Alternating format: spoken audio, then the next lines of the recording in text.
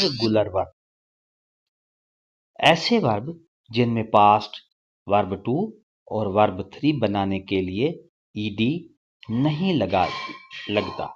ये चेंज हो जाते हैं या सेम ही रहते हैं, कोई फिक्स रूल नहीं होता।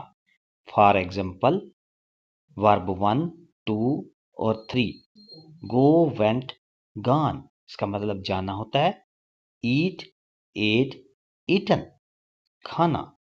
टेक, टुक, टेकन, मतलब लेना। स्पीक, स्पोक, स्पोकन, इसका मतलब बोलना है। राइट, रोट, रिटन, इसका मतलब लिखना है। इसी तरह सेम वर्ब होते हैं। बिल्ड, बिल्ट, बिल्ट, बनाना। सेंड, सेंट, सेंट, भेजना। कीप, केप्ट, केप्ट, रखना।